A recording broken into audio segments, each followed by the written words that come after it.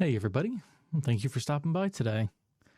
It's almost the end of the year, so we're going to take a look at everything that we've played on stream today, and we're going to rank where we're at with them, where would they all stack up. To quickly break down the rankings here, anything that's a B or above, I'm going to count as a recommended game. Anything at a C tier is going to be basically it does the bare minimum of what it says on the box. D rank is we do not recommend. A couple notes before we get started here. You're not going to see Baldur's Gate, Armored Core 6, or Diablo 4 because we couldn't afford to buy them this year, so we didn't play those. But yeah, if you like the video, like the streams, if you haven't caught the streams, if you're watching this on YouTube, twitch.tv/MrSibs. It's also where I'm recording this live today. If you'd like to help me get some other games on the channel, Ko-fi.com/Sibs in the bottom corner there. But yeah, let's jump into it. We've got about 50 some odd games here. So this is everything from the last 365 days of streaming on Twitch. I pulled these off of Sully Gnome. So just right off the bat to get a baseline in, let's go with, what do we have here? Let's go with Fortnite. Let's go with Fortnite. So Fortnite straight off the bat is going to be what I would consider C tier. All right. So why? It does the barest of what it needs to do. Right. And like, well, let me put it this way. Creator mode, creative A, right? There's a lot of people doing a lot of cool things in creative, especially now with the Unreal toolkit to make creative maps. So like, especially like the Halloween stuff has been nuts. So creative gets an A. Battle Royale mode gets a D. Right? We all know it. The jungle is awful. Thank God it's going away. But Battle Royale mode's been bad. And at least they're going to be changing the map soon. Although I heard there might be removing zero build, so that kind of makes me not really interested in it. So between averaging out the two and then adding in just, the monetization, it gets C tier. That's what it gets. It does what it does. It the guns shoot, the movement moves, the game plays. Outside of like creative mode's good. Creative mode is good in general. C right off the bat. Get mad in the comments. Let me know. But that's where Fortnite's gonna go. What's next? I'm just gonna grab random stuff out of here.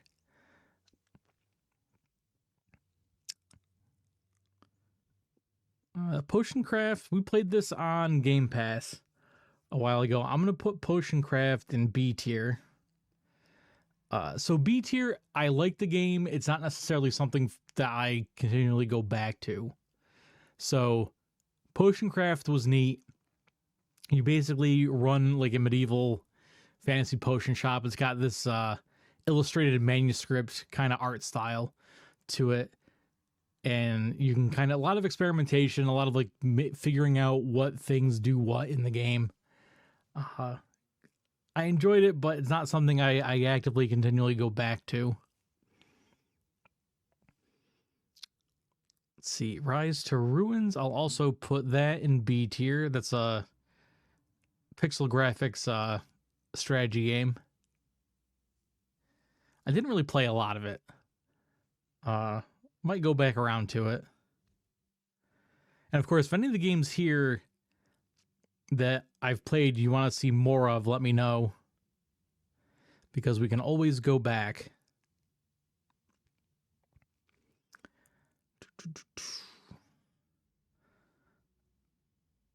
Spoiled for choice here. Monster Hunter Rise, we'll put that in A tier.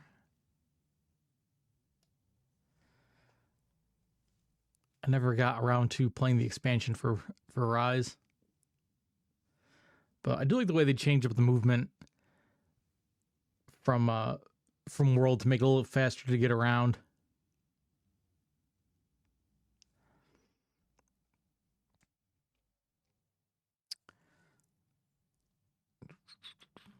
what's this one? Oh, Starship Troopers Extermination. We'll put that in A tier. It's still in development. I'll put that above Monster Hunter Rise. It's still in development, but they did just add the Horde mode. We haven't gone back around to look at it, but one of the first videos I put on this channel was a Starship Troopers video.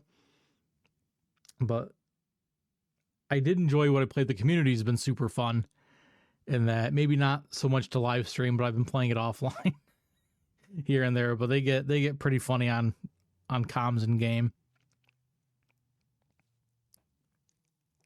Yeah, if you're looking for a co-op horde shooter and you like the Starship Troopers franchise, definitely give Extermination a try.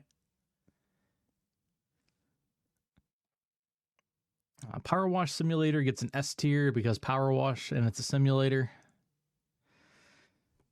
I dump way too much time in simulator games, and Power Wash is just something I just turn it on if I have 15 minutes to kill and I don't feel like booting up something else. Just knock a map out. Like, it's a really good de-stressing kind of game. So I always recommend it. It's just one of those little things you can just fiddle with. And they have SpongeBob DLC. So there you go. Gunfire Reborn, I'm going to put in A tier. Put in the lower end, but I do like Gunfire. It's another co-op roguelike first-person shooter up to, I think it's 4 players. But lots of different characters. They had 2 DLC packs out with new characters, new stages. I'm kind of hoping they add more to the game because right now when you beat the last boss, it kind of ends on like a cliffhanger. So I'm assuming there's going to be more levels coming soon. But if you like co-op games, you like games with roguelike elements, definitely check out Gunfire Reborn.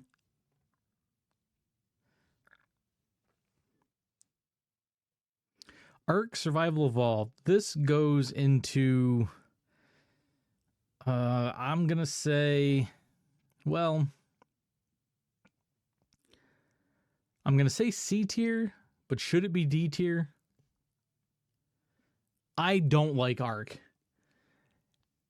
And between Ark and then I got suckered into paying for Atlas a couple of years ago. Not the biggest fan of these guys. And then considering the fact they've tried to get everyone to buy Ark again before Ark 2 came out. Yeah, you know what? D tier. D tier. I don't like Ark. Not a fan. Do not recommend.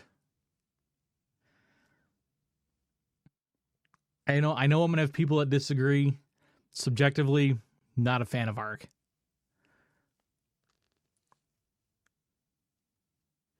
Mountain Blade 2 Bannerlord. I'm going to put that into A tier.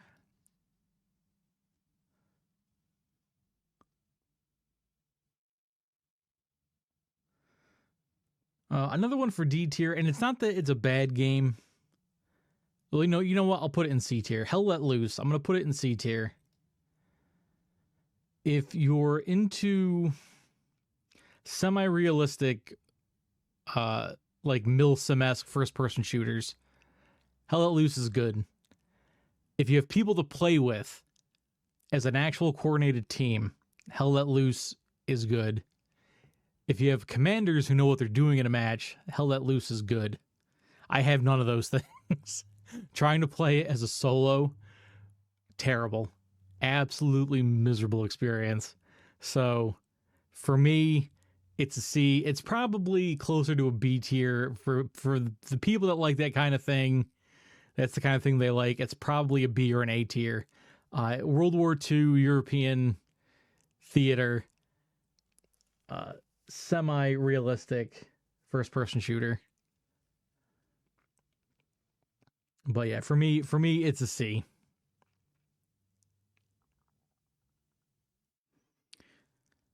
Let's see, Sons of the Forest. Sons of the Forest, I will put into A tier.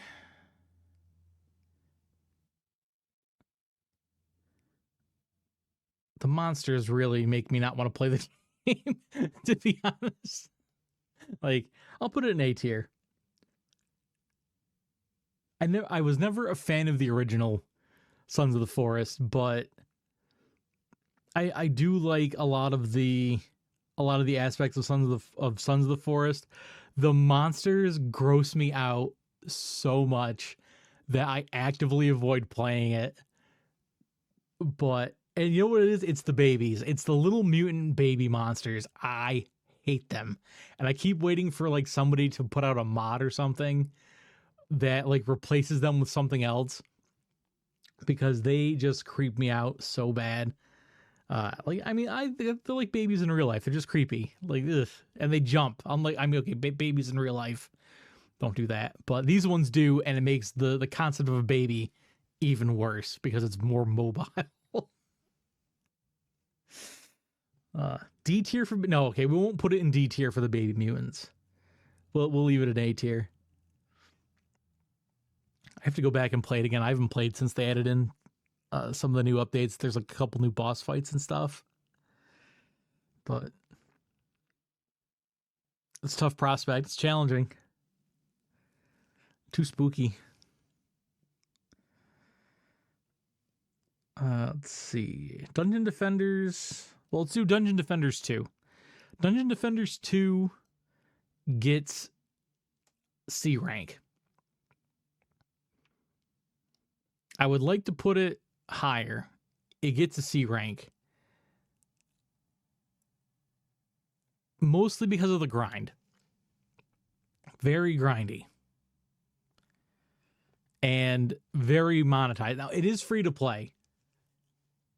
You know what? I'll do this. I'll put it in B. It's free to play. I love the game. I love the franchise.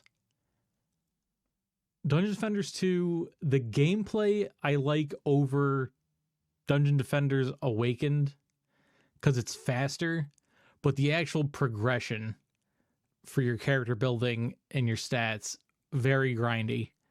And you're going to want to, I don't want to say it's mandatory you put money into it, but like for quality of life, you have to put money into it. So I'm gonna put it in B tier. They did just release a new update recently, and they are still actively working on the game. So it's not like it's just kind of like there, and they're just trying to milk it because it's an older game, but it's still good. So yeah, I'll put it in B tier. Dungeon Defenders Awakened. To be fair. Ooh, this is tough.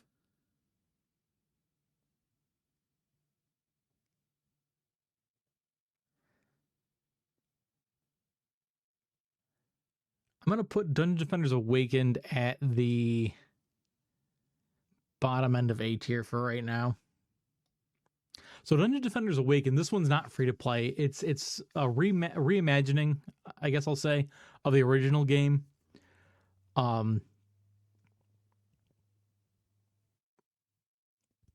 It's really funny because it's the pacing between Dungeon Defenders Awakened and Dungeon Defenders 2 is very different, and the itemization and the way you go about actually playing the game is actually quite different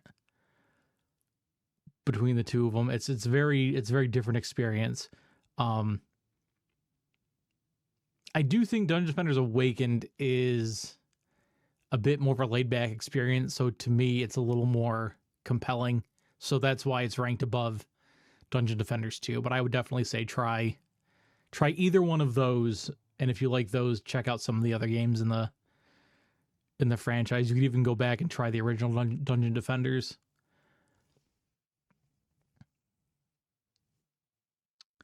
The Ascent. This was another one I tried on Game Pass, so earlier in the year, so I don't really know how it is at this point. But I wasn't really that big of a fan of it.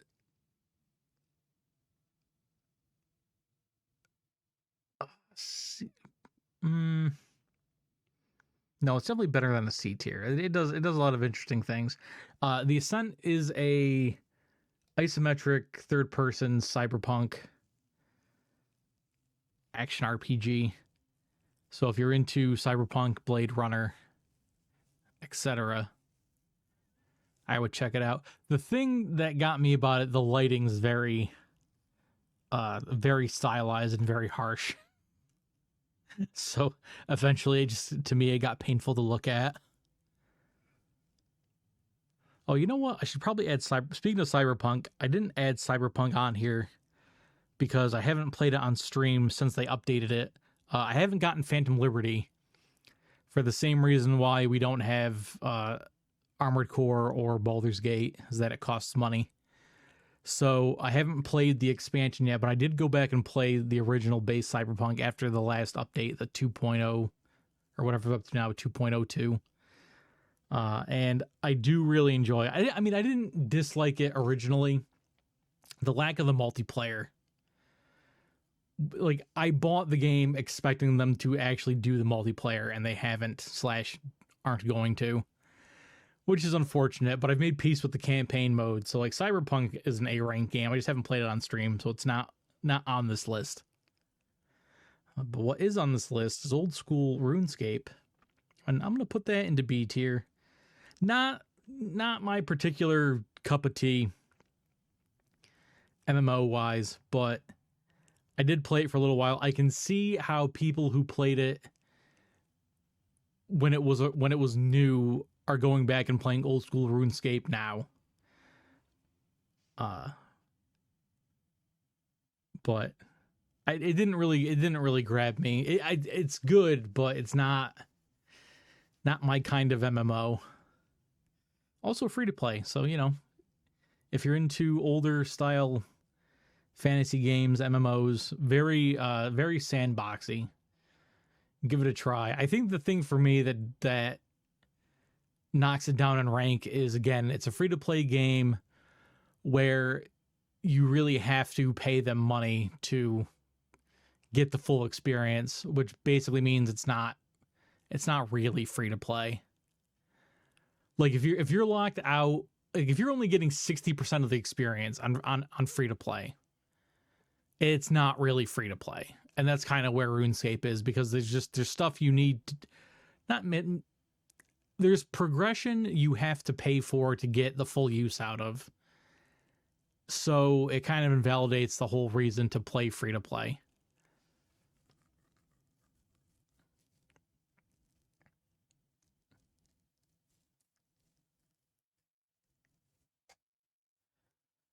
Let's see, Steamworld build. We tried this out. This was from Next Fest. It's not out yet. I think it's coming out soon, but I'm going to put Steamworld build into A tier. It's a mix between like City Skyline, SimCity, and I guess a more,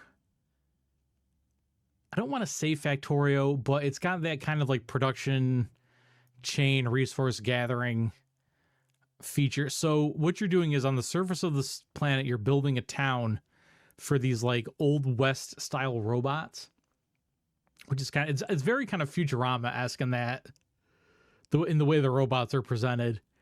And so you're building this town on the surface of this like desert planet, and then you're going underground and you're building out a mining and a production facility underneath, and you're trying to repair a rocket to get back off the planet. The demo was really good. If the demo is still up, check it out. It's not out yet, but it should be coming out soon. I really enjoyed it. Actually, I'm going to put that up higher. Well, what we'll do is we'll go through, I'm going to go through the individual ranks and shuffle stuff around as we go. But I really like Steamworld build. That's going to be definitely something I'm going to play more of once there's a full release on it.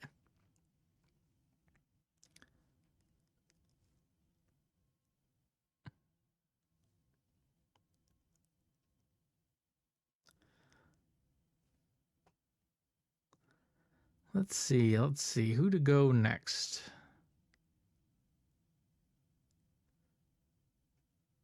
Dwarf Fortress. Dwarf Fortress will also put an A tier. Haven't done a lot of content in Dwarf Fortress because I'm waiting for adventure mode to come out. This and specifically when I'm talking about Dwarf Fortress, I'm talking about the Steam release. I've played the original, but the UI and the like, not to be a graphics snob, but the graphics for the Steam version are more compelling for me to play than the ASCII graphics from the original version. So when I talk about Dwarf Fortress, I'm playing the Steam version of Dwarf Fortress.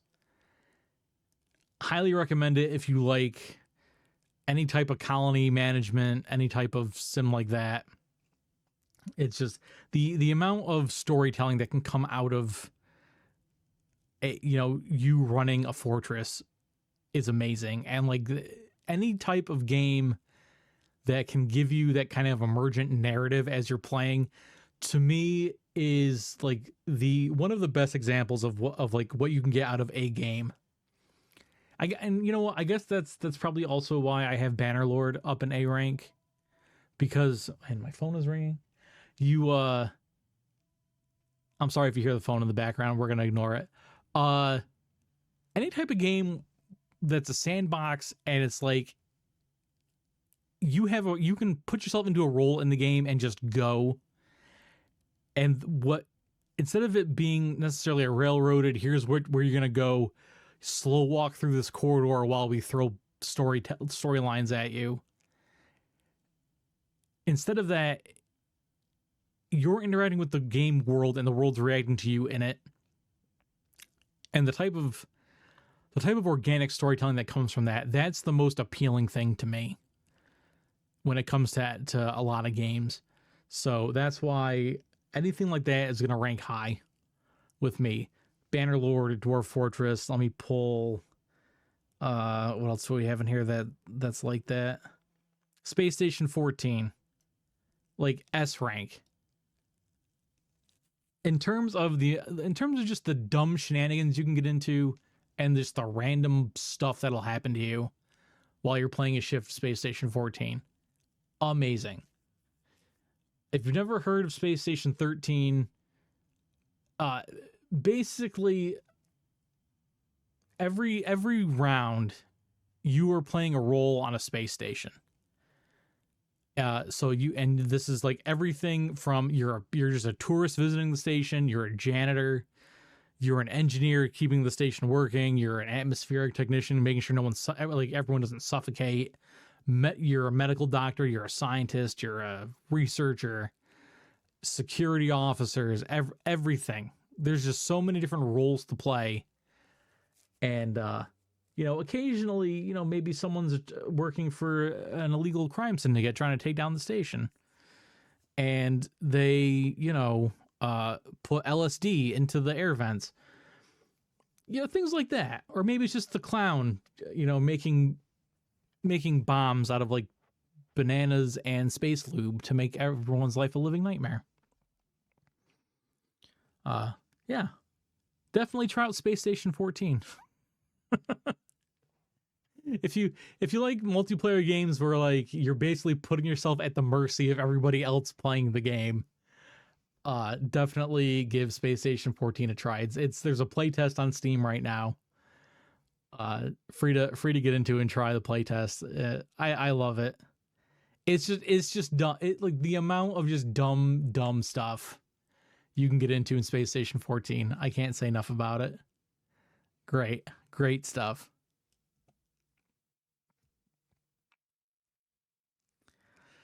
Let's see. Moving right along because we still have quite a bit to get to here.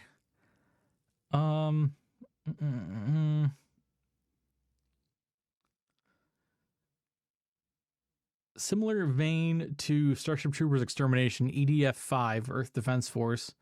We also put that in A tier because I loved EDF. EDF 6 is coming to North America. I think they said in March.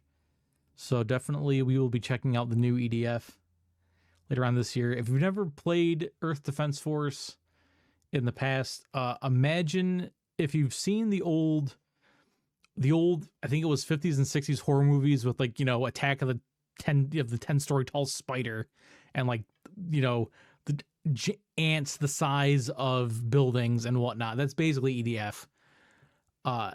It's got that really schlocky 50s, 60s monster movie, alien invasion movie vibe to it. You're a member of the Earth Defense Force, and aliens are invading, and they're using these gigantic insects and bugs as shock troops to take over all these cities.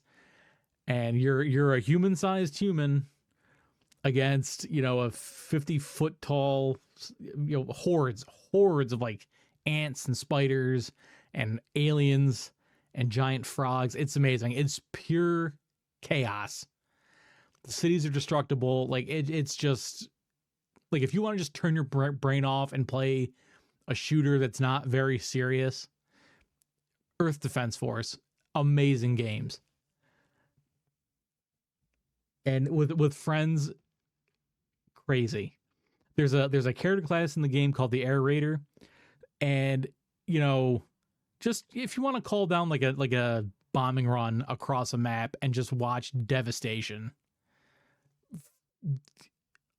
Like play EDF. Go play EDF. 4.1 or 5s on Steam. Go and play them. They're great.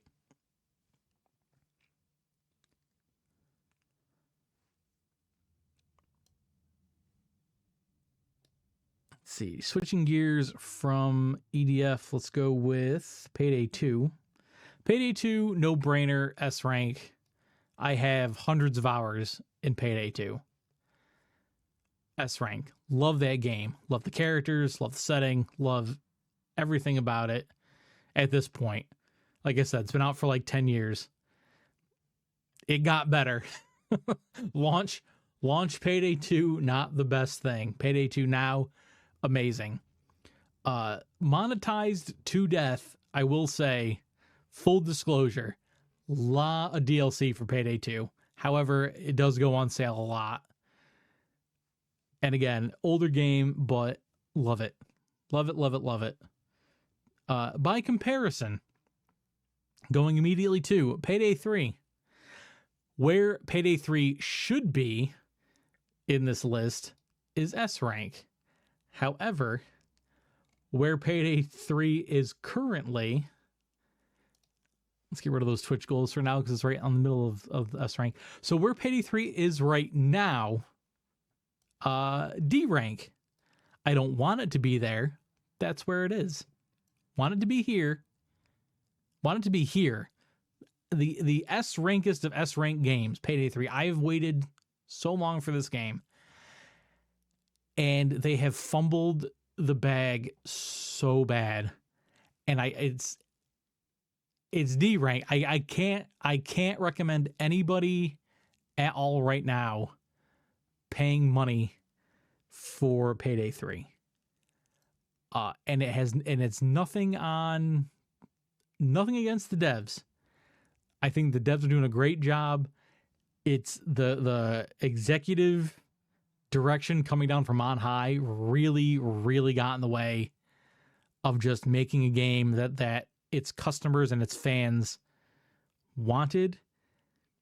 And I think at the core, a lot of stuff in there is good, but the way they're going about the production of the game, it's bad. It's currently Halloween. By the way, happy Halloween. It's currently Halloween. There was supposed to be an initial bug fix patch for this game on the 5th of October. We still don't have it. We don't have it. We don't have a date on it. There are still paying customers on PlayStation that bought the Collector's Edition that do not have what they paid for this game. And the only communications that we've been getting are it's coming. We're going to give it to you when we give it to you. We don't know when you're going to get it, but you're going to get it. And for some insane reason, they don't want to push updates out on Steam without pushing them out at the same time on the consoles. And if you know anything about how games on consoles get updates, the developers have to certify the updates with Microsoft and Sony before those updates go out on the systems. Which basically means That's why your console versions of PC games are always behind compared to PC games. Because if you put an update out on Steam, you just put it out on Steam. It goes. It's there. Microsoft and Sony make you recertify. I think there's cost involved. And for whatever reason, Starbreeze is like, we want to make sure we have 100% parity between the console players and the PC players because they have cross-play enabled. So they want to make sure that everyone has the same content at the same time. Here's the thing, though. Nobody asked for that. PC players, everyone I know that plays on PC does not want to play with console players because they don't have access to chat. They don't have access to voice. Because it's Payday 3, released in 2023, has no in-game voice chat at the moment. It has in-game chat. You can't apparently, because I play with a friend on PS5, he can't plug a keyboard into his PS5 or Bluetooth a keyboard and type in chat. There's no way to communicate.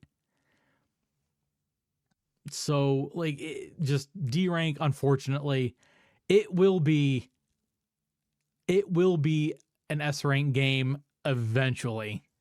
As of today, not an S rank game, and it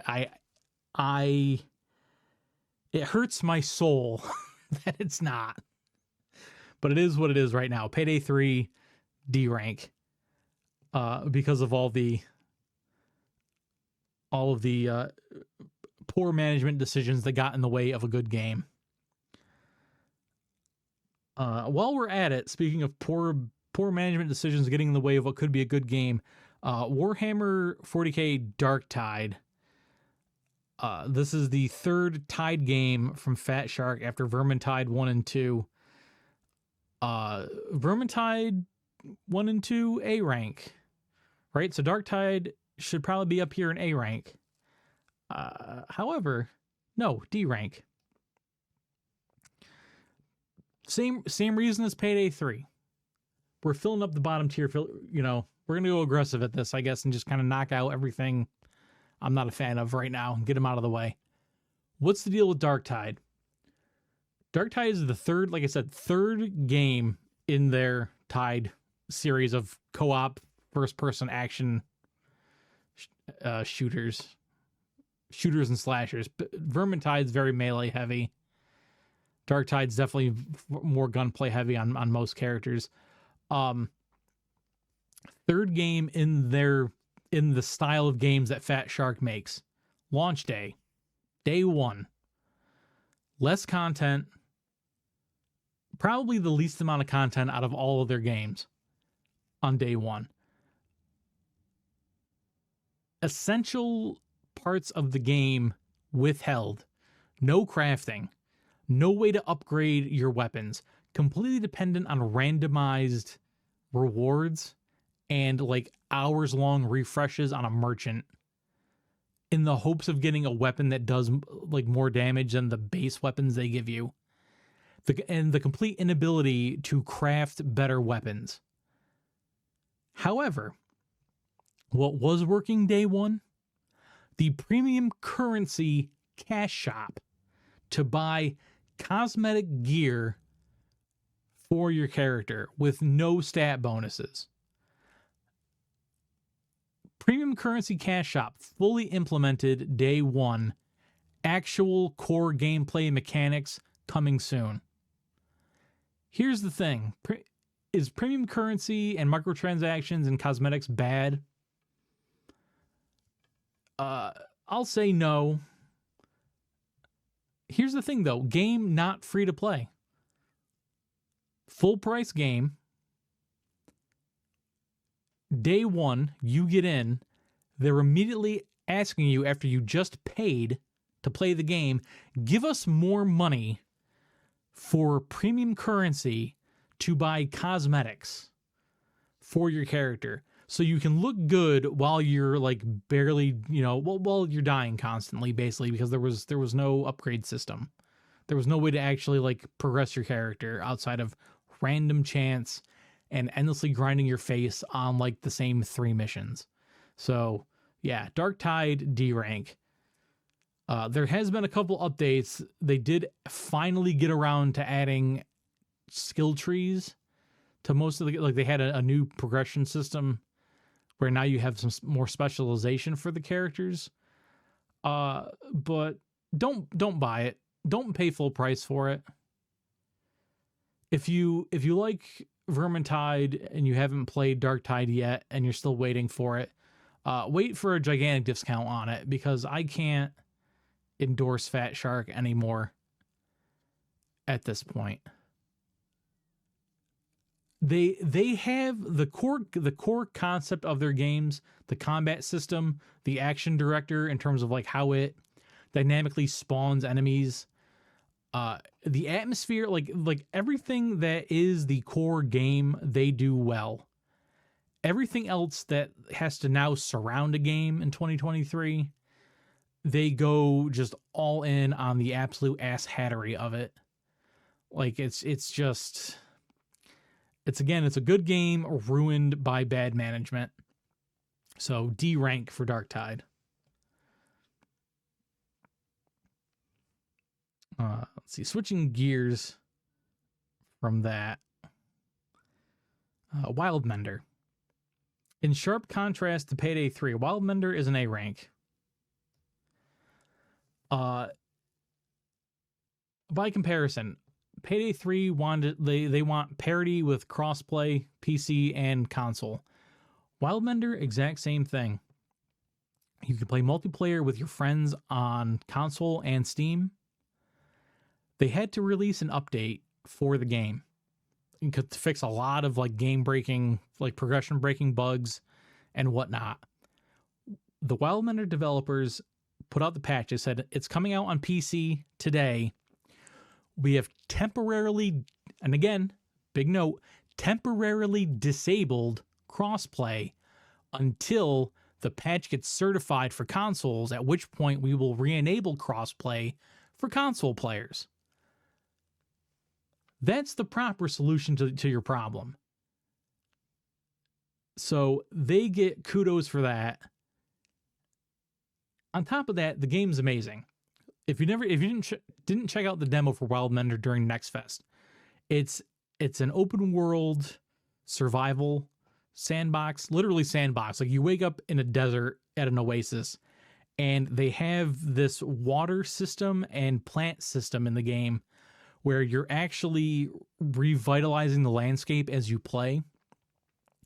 So you can actually, like, the more water you can get into an area, you can start turning the sand into soil, and you start making actual arable land. You can build up crops, trees, wildlife. Like it's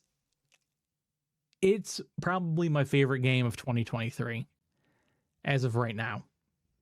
There's a bunch of videos on the channel of Let's Plays of it. So like I've got hours of footage of Wildmender.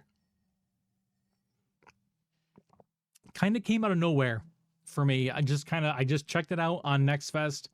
I was like, this is amazing. I've got to get it. Bought it day one. And easily one of my favorite games of 2023. Hands down.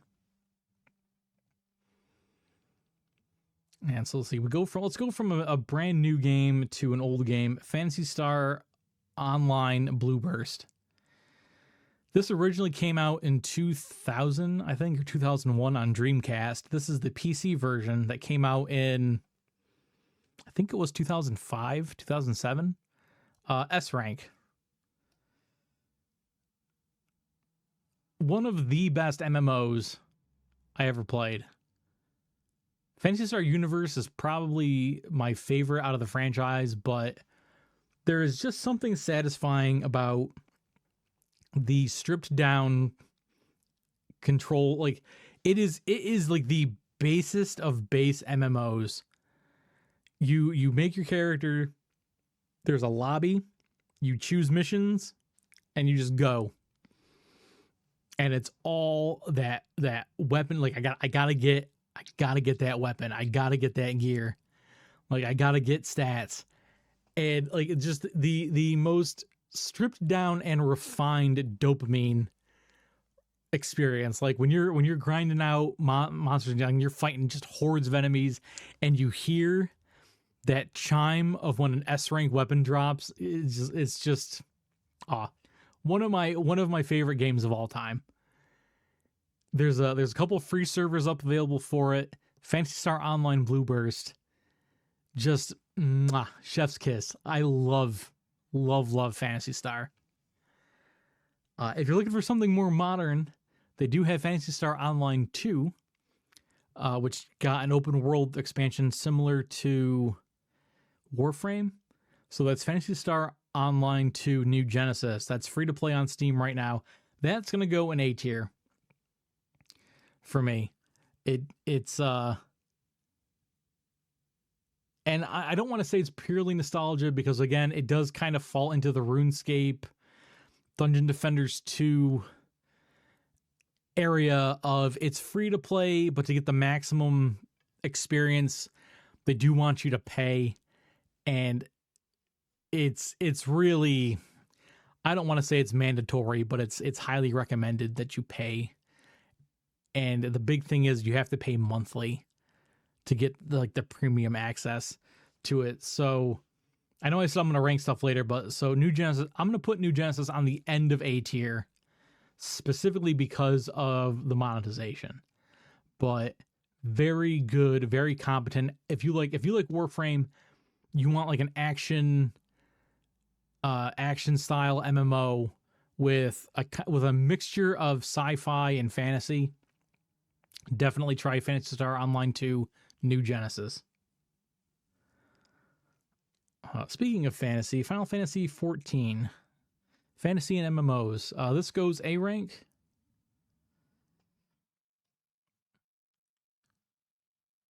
I've been playing this for 10 years. I don't really know what to say about it at this point. Like, if you don't know anything about FF14 at this point, there's a free demo to play. I think it goes up now through the first 2 expansions for it.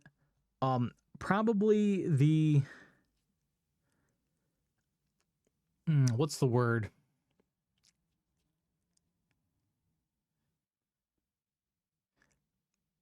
It's probably the smoothest. Yeah, I don't want to say refined. It's like the most put together MMO at the moment. Like, the dev team has their rhythm in terms of like, this is what we do for content. This is like they have their update cycle down to a science, and the content cycle is down to a science. Like, it's this, and this. Every expansion, like, this is how your progression is going to go. This is when you can expect to get new content. Here's how your end game gearing is going to go at level cap. The main reason I play it at this point is more for the story, because they do have focus very heavily on their story, which at this point is probably one of the better Final Fantasy stories compared to some of the later games. I haven't gotten to try 16 yet because I don't have a PS5. I'm hoping to play FF16 once they finally do put it out on PC. But yeah, very story driven. The end game content is kind of it's in a cycle. Like, you basically, once you get to end game, you basically know what you have to do at this point for progression, and it's just mainly learning the new fights as they come out, which is good because it kind of takes a lot of the guesswork out of what you have to do to gear up. But in terms of like production values, the actual content, storytelling, I love Final Fantasy 14. Yeah, like, no brainer A rank. I think that is my last MMO on here. Let me just scan this. Yeah. Yeah, that's the last MMO on here. So let's jump over to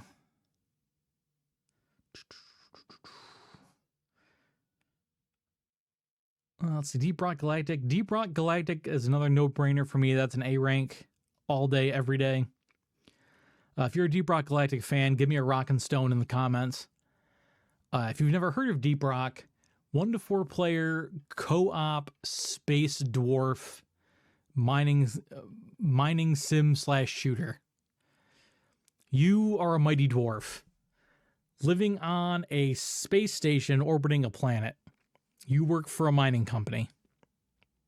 Your job is randomly generated missions to go down to the planet and extract minerals, fight monsters, acquire resources, and hopefully make it back to the space station alive.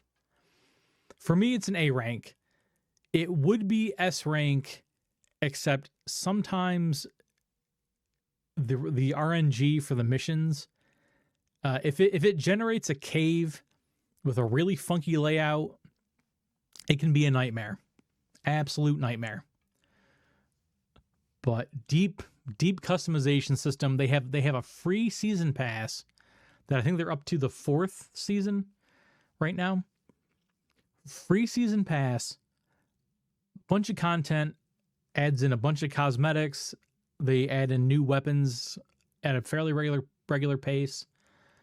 The only thing you really pay for after buying the game, if you want to, is cosmetics, which are completely optional. No real bearing on gameplay. Take a little sip of my coffee. Been running my mouth for a long time. But yeah, Deep Rock, Ghost Ship games, to me, they really handle content management and monetization well. The actual in-game content they give you for free after you pay cost of entry. Anything they add cosmetic wise, if they're not giving it to you free in a season pass, there's a costume pack that's not break the bank expensive. So I really do appreciate the way they handle their content distribution and the way they handle their monetization. And there's 2 spin-off games coming out in the near future. They have Deep Rock Survivor, which is a Vampire Survivors clone. Not really clone. It does things differently with their mechanics, but in that vein of a Survivor 'em up. And they have another game coming out. I think it's called Rogue Core. And I believe I haven't seen too much on that one, but that one focuses more on the first-person shooter elements, and it's going to be a roguelite style co-op shooter. I think you're playing a completely different team of dwarves in that one, but looking forward to both of those games coming out from them. And they also have a board game, so good time to be a dwarf. Speaking of mining, let's go with Hydroneer. I'm going to put Hydroneer into B tier.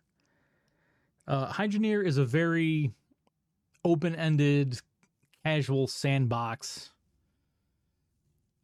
style game where you're using water power to build and construct mining equipment for gold and gems and steel, with no real goal to it. It's just kind of a sandbox kind of game. And you're basically left to your own devices in it right now. They've done a couple updates. They've added farming in one of the more recent ones. They're adding new vehicles into it. Very chill. Not as chill as Power Wash Simulator, but very well done. If you like playing games where you're like fiddling with mechanics a lot, not to the complexity of Redstone and Minecraft, but just dealing with like the logistics of setting up an assembly line and managing how you go about that.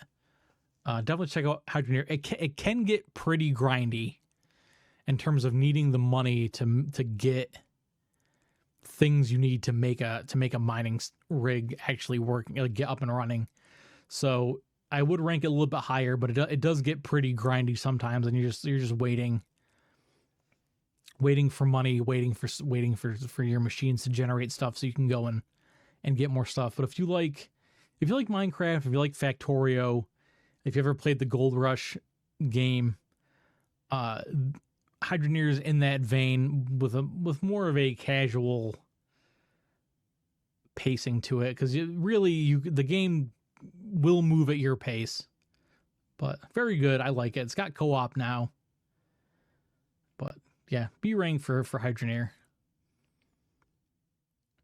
Along that line, I'm going to say Planet Crafters is also going to be in B rank.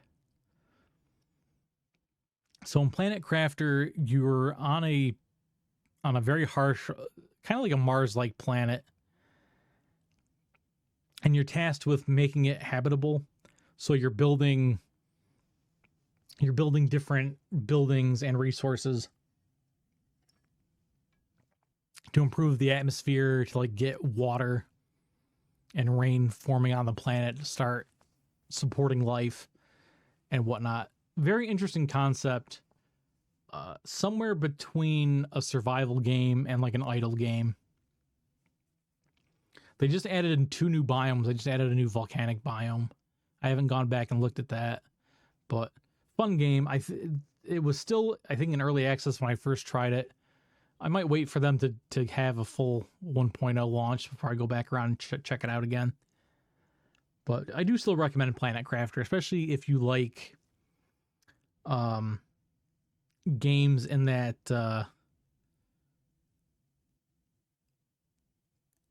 in the vein of like Subnautica or Icarus.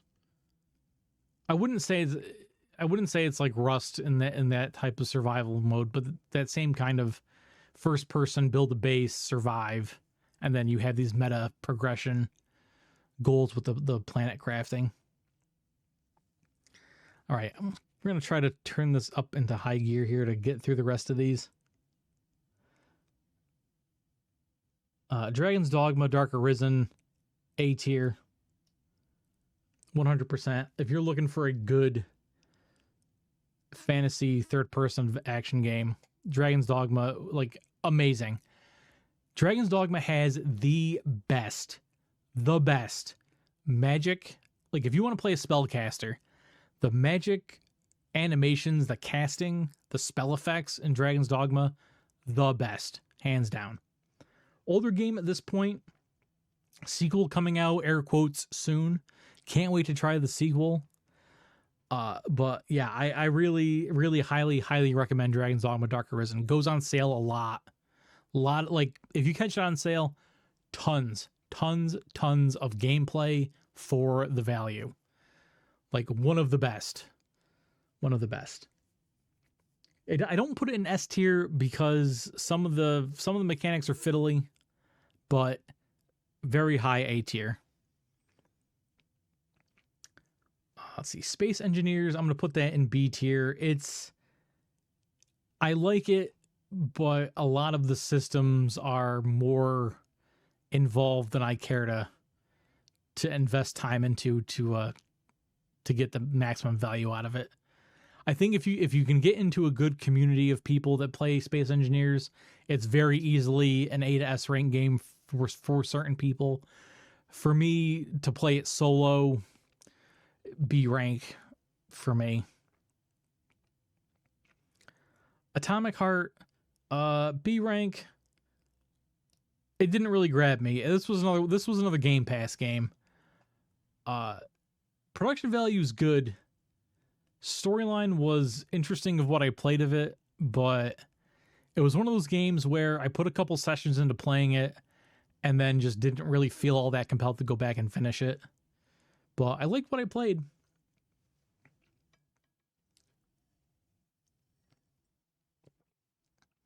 It definitely felt to me more BioShock than Fallout. I don't really know what other people's opinion were of Atomic Heart, but I know some people were very upset at some of the presentation, but the game itself's good. It's just it's a game. Like if you were to think of a first person action game, Atomic Heart is certainly a game like that. Placid Plastic Duck Simulator, S rank. Literally the best just like sit and chill experience you could ever have. If you're looking for a screensaver for a couple bucks, Placid Plastic Duck Simulator. If you don't believe me, just check it out. You won't be disappointed. Firefighting the squad. I'm going to put this into B rank. Probably one of the better, if not the best, current firefighting sims out there. It does have multiplayer. It's next to impossible to find people to play with, unfortunately. Solo, it's still fun because you have squad commands. You basically take command of the AI. I enjoy it, but the inability, like basically the online community is not there for it, which kind of diminishes the experience. But single player is still fun. I don't know if they're going to get more maps for it at this point. They've had a couple updates last year adding more maps. But still a good game. I do like it. I would actually like to see more firefighting games in that vein. Of the last firefighting game I played was like Ignition Factor on Super Nintendo.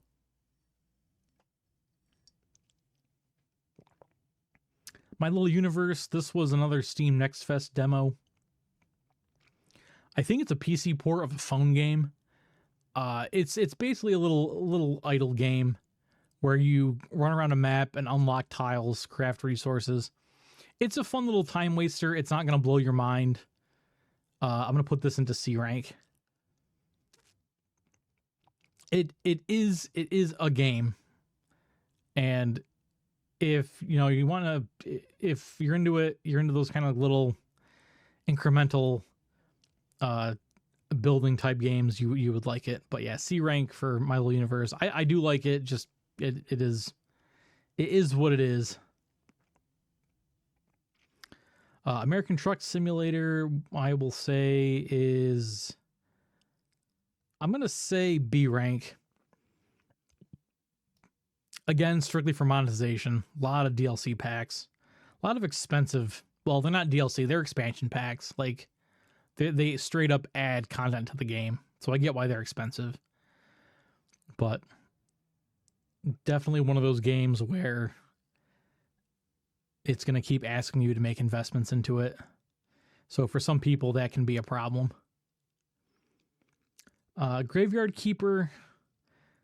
I play this every spooky season, and every time I start playing it and I peter out on it. Good game. There's a story, there's definitely a storyline behind it to get you involved in it, but the actual moment-to-moment gameplay is not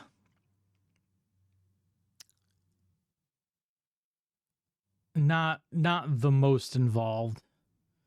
It's got that old school Harvest Moon energy-based investment system where like everything you do takes energy. So unless you're constantly involved, like investing into like making food, and like you're constantly carrying around extra stuff to keep your energy gain, you can't really get much done in a given amount of time. So Graveyard Keeper just gets a C for me. Heroes of Might and Magic 3. A lot of people like this game. I did not. So that is a D tier. That's a very old classic PC fantasy game. Not my favorite.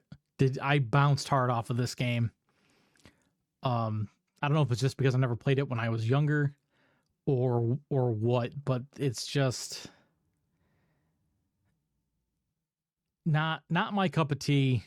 I think it'd be very hard for modern audiences to really jump in to Heroes of Might and Magic 3. Honey, I Joined a Cult. This one also gets a C rank. Basically, it is what it is. It's I wanted it to be more like RimWorld and Prison Architect, and it's a very much more scaled down experience. Has that same kind of tycoon builder aspect to it, where you're building up a cult, you're recruiting members, but once you get into it, there's only so much you can do in it. It's much more like Sim Hospital or 2 Point Campus, 2 Point Hospital. Very, very scaled down from what I expected it to be. So C rank for Honey, I Joined a Cult. Dungeons of Sundaria, I'm going to throw that into B rank. Fantasy action RPG loot 'em up, basically. Very fast-paced gameplay. The maps are interesting. Character classes are interesting. You've got cleric, rogue, wizard, paladin, fighter. Kind of jank at times, but still a good overall gameplay experience. A lot of content. They just did a Halloween event, but yeah, I like Dungeons of Sundaria, but it does have a little bit of jank to it.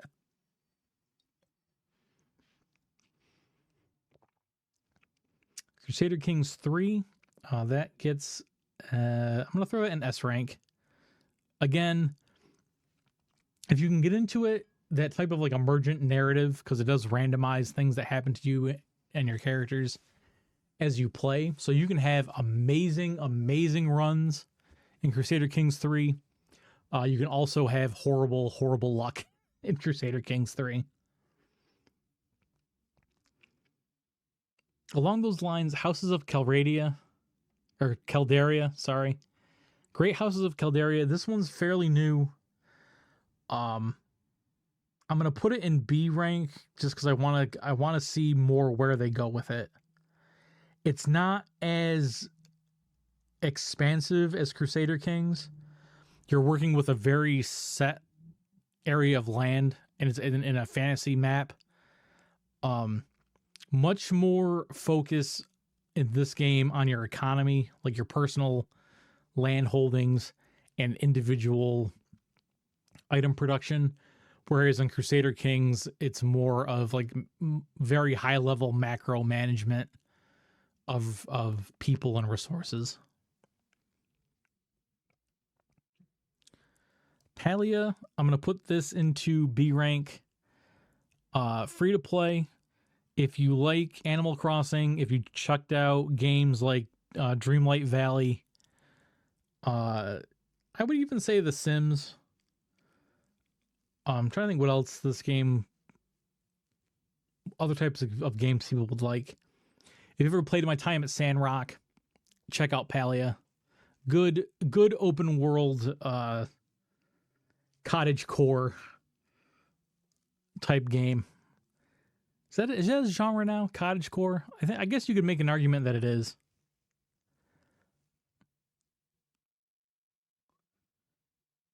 Etrian Odyssey Collection HD S rank. Some of, if not the best dungeon crawlers ever made. Originally on Nintendo DS, they ported the first 3 games to Steam. I hope that they end up porting the rest of them. Like some of my all-time favorite games.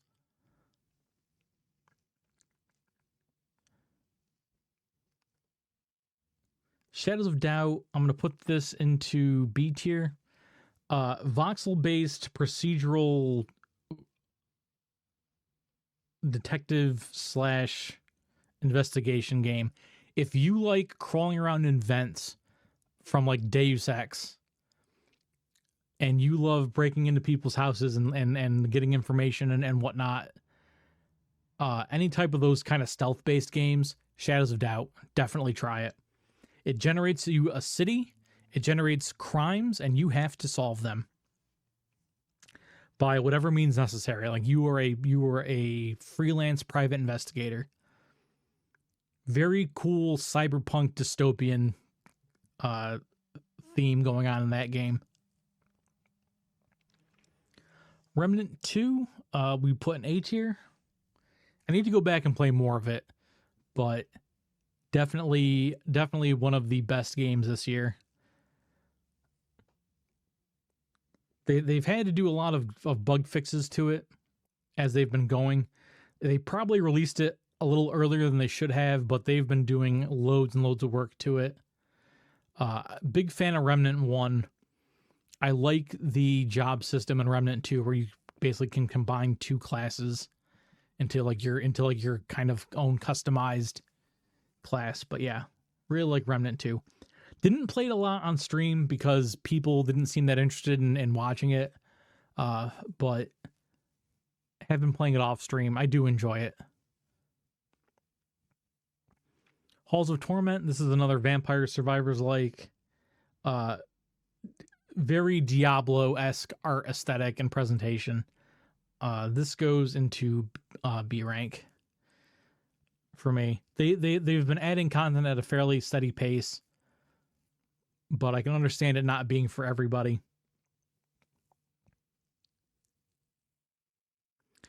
Another Survivors like Hollow Cure for the fans. I'm gonna put this one into A rank, and I'll explain the differences briefly. Hollow Cure is free to play. Halls of Torment, minor investment. That doesn't detract from either one. Hollow Cure, however, on top of the core Survivor gameplay and on top of the core, like, you know, buy your upgrades to make subsequent runs stronger, they've also got cosmetics. Like, you can earn costumes for the characters. They have a completely separate mini game entirely where you can farm to cook food that can give you various buffs for your future runs. And they have like a little housing system where you can like build a house for the characters. So that has no impact on gameplay. It's just something you can do. So it just adds that little more, just extra things to do in the game on top of just the core gameplay loop. So that's why Hollow Cure gets ranked above Halls of Torment. Phobia St. Difna Hotel. This goes in B rank. If first-person horror, kind of light on the action, a lot of running around, a lot of backtracking. Interesting game. Not my cup of tea particularly, but if you like horror games, if you like Amnesia and newer Resident Evils, well, maybe I guess older Resident Evils too, give Phobia St. Difna Hotel a try or check out some gameplay of it. I'm not really big on horror games, so it's not my favorite, but it was a fun playthrough.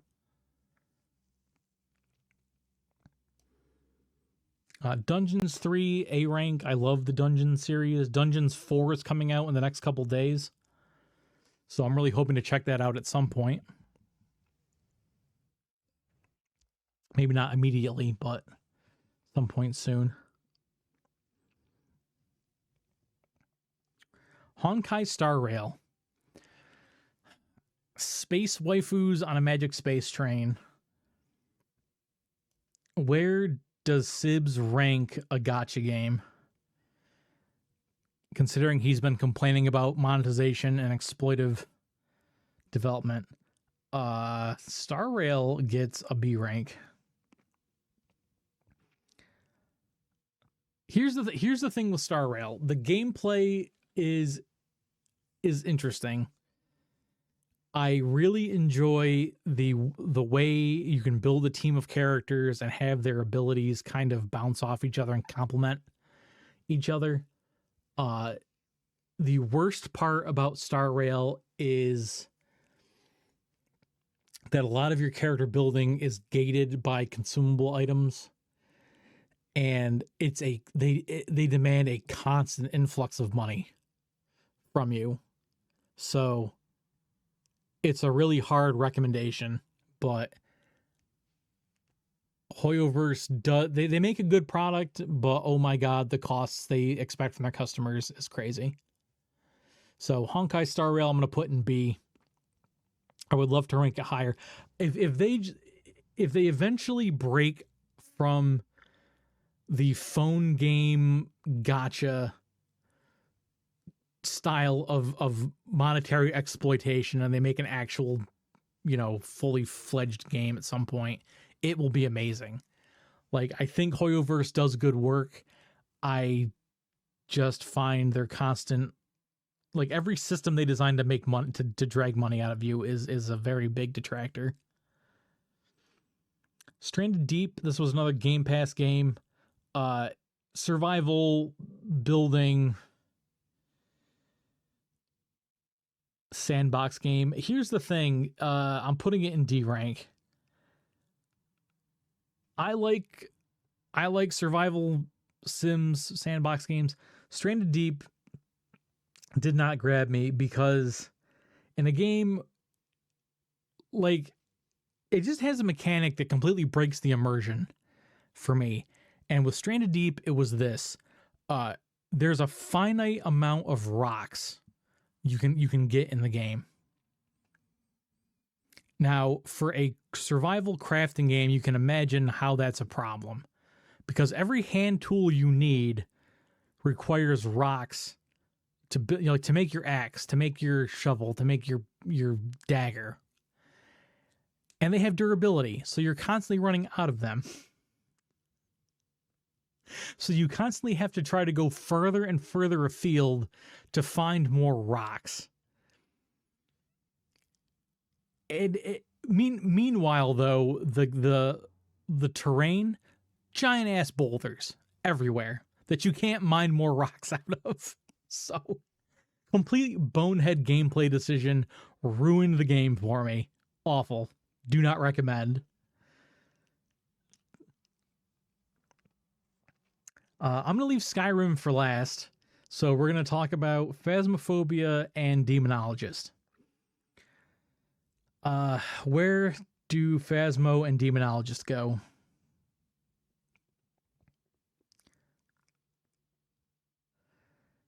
I'm going to put them...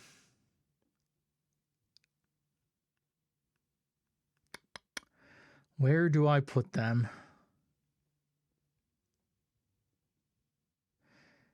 Here's the thing. If I could combine aspects of both of these games into one singular game, that one singular game would probably be high A rank, if not low S rank. Individually, however, they are going to go into...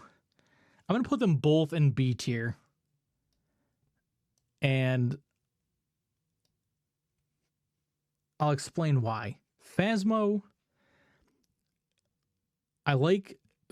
been doing a lot of things to try to catch up to the potential threat that is Demonologist.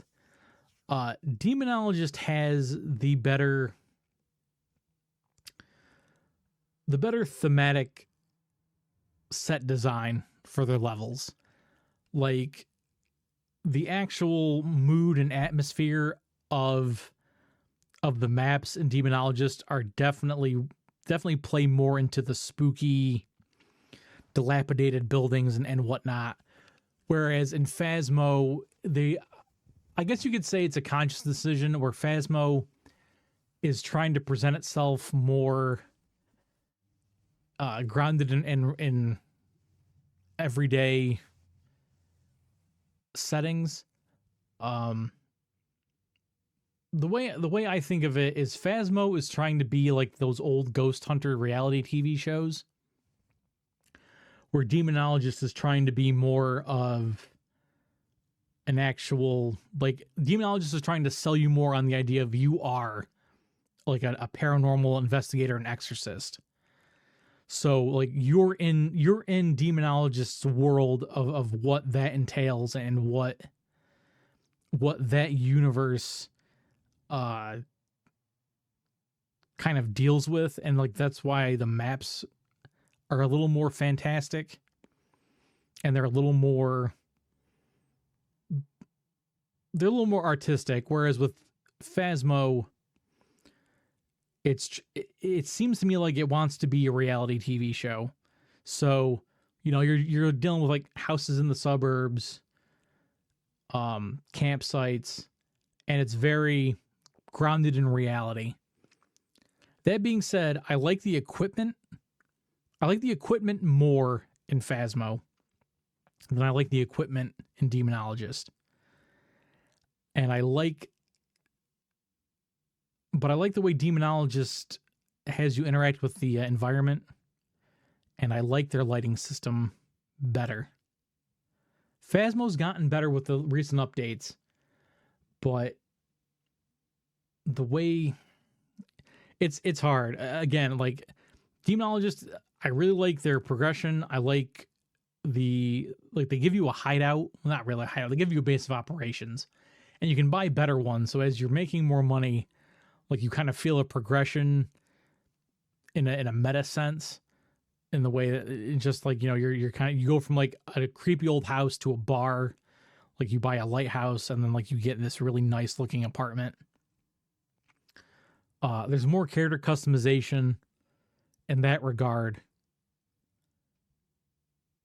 And they're supposedly adding in character classes into Demonologist, which isn't been implemented yet.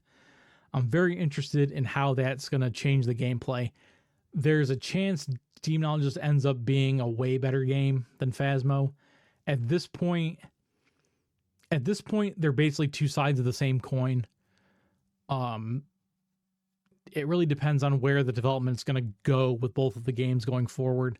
And I think if one of them can capitalize on the other and make a better game, it'll happen. Or alternatively, somebody else is going to see what they're both doing and then take elements of both that are good and combine them into one really, really good game. All right.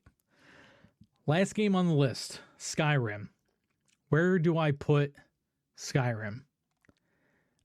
Let me preface this with... Oh, well, okay. I uninstalled it already, so let's look. I played Skyrim basically for the first time this year. I've had Elder Scrolls V Skyrim Special Edition in my Steam library for I can't tell you how long. The last time I played it was February 19th of this year. My total playtime in Skyrim Special Edition is 9.4 hours. Skyrim, and I'm almost afraid to say this, but I'm going to say this, I would love personally to put it in D tier.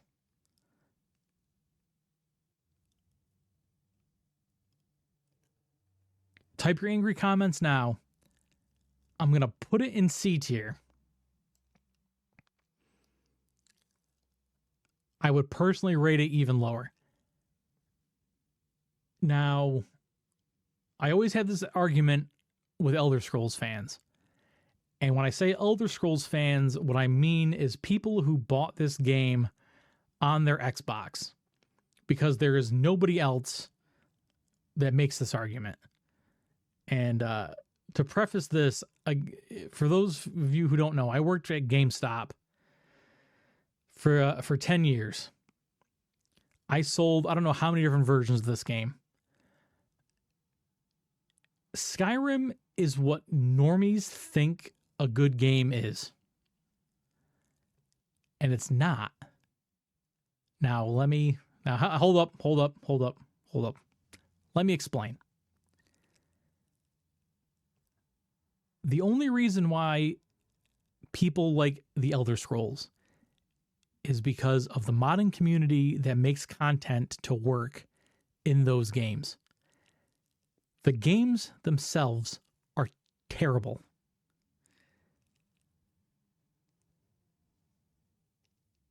And here's why I say that.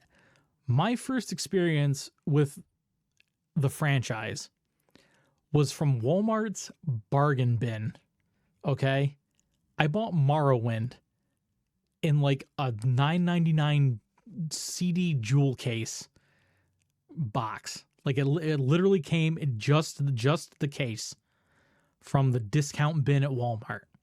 That was my first ever experience with Elder Scrolls, and it was Morrowind, which is to say, outside of Dagothar, what else is there in that game? Not much. To me, the franchise has never been amazing. It's always been, acceptable.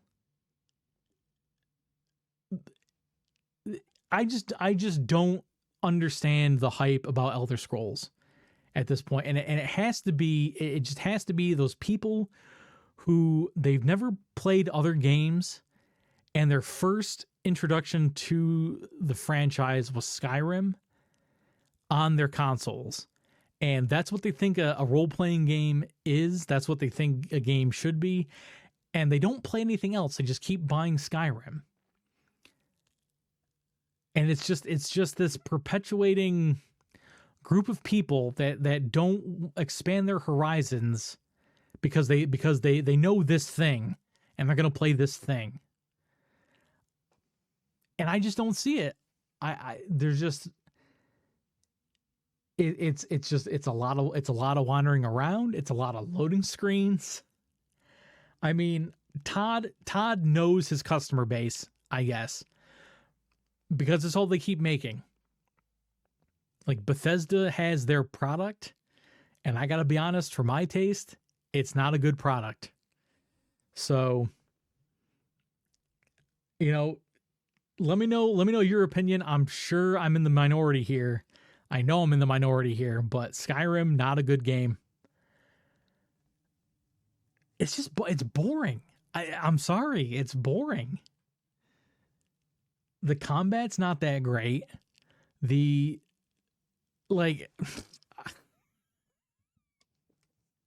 don't know. It's just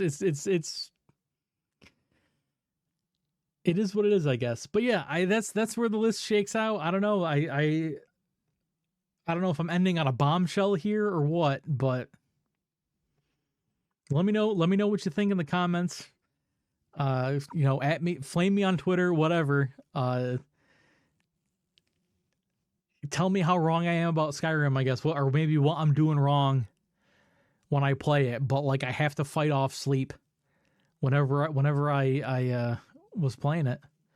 But yeah, that's where we kind of shake out. I guess very quickly I'll go in and sort the tiers. So like the S'est of S ranks. Yeah, I'll leave Phantasy Star there. Payday 2, Power Wash, Crusader Kings. No, I'll put Space Station above Crusader Kings. Etrian Odyssey, Duck Simulator. A rank. The A'est of A ranks. Wildmender. No. Deep Rock gets my A'est of A ranks, followed by Wildmender. We'll put Dragon's Dogma ahead of that. Wildmender. Bannerlord. Dwarf Fortress. Starship Troopers.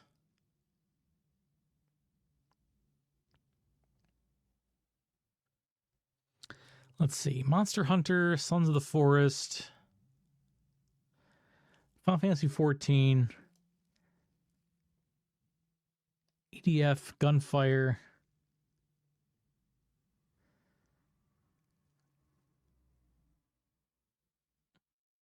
Put New Genesis on the bottom of A tier because of the monetization. SteamWorld Build is going to go low because it's not out yet, so I can't really have a fully formed opinion on it. Yeah, that's looking about right. Best of B tier.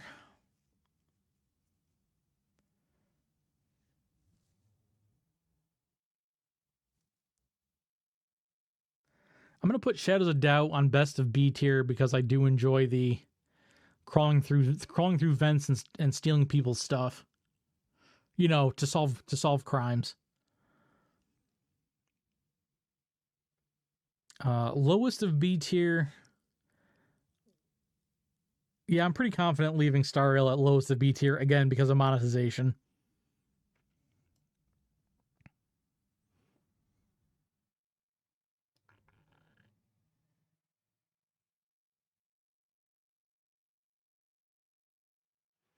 Planet Crafters I would rate fairly high. Phasmo Demonologist fairly high. RuneScape we'll say is a little bit lower because of the monetization.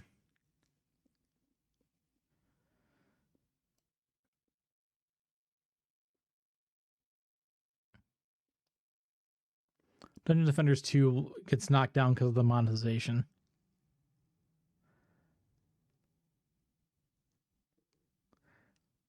Maybe it's just I'm a very value conscious consumer. I don't like constantly being harangued for money after I've already bought your product.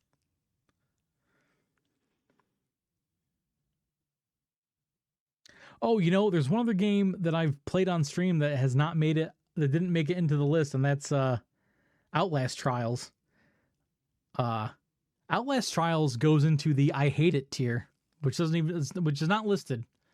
Yeah, hate that game.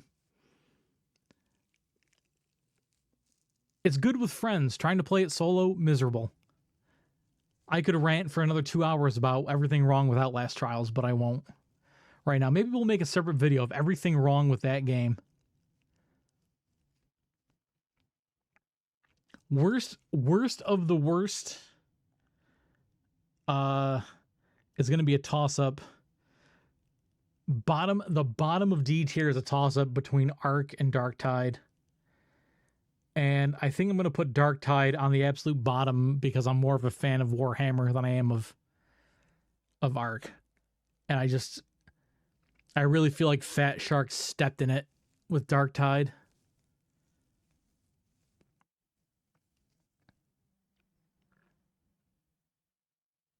Fortnite, top of C tier, yeah. I mean, it's basically just a give us money platform for Epic. So, yeah, I mean, I guess this is kind of where everything more or less can shake out. The middle of each tier is kind of subjective. But that's where I rank all of the games I've played so far in 2023. Kind of appropriate that I did this on Halloween because 2023 was possibly the scariest year for game development, with the sheer number of just horrific games that have come out this year. You know, Golem, King Kong. The industry's in a very interesting place right now. So hopefully 2024 trends upward. I guess we'll find out next year. I'll have to save this image and kind of, let's see where we are in another 12 months. But yeah, if you're still watching, I hope you enjoyed. Thanks for sticking it out. Let me know your opinion on anything that, you know, maybe you disagree with, or you think, you know, you agree with. Maybe games should be ranked higher. Let me know in the comments. And again, I did this live on twitch.tv/MrSibs. If you ever want to catch me live, give me a follow there. And I will see you guys later. Enjoy your day.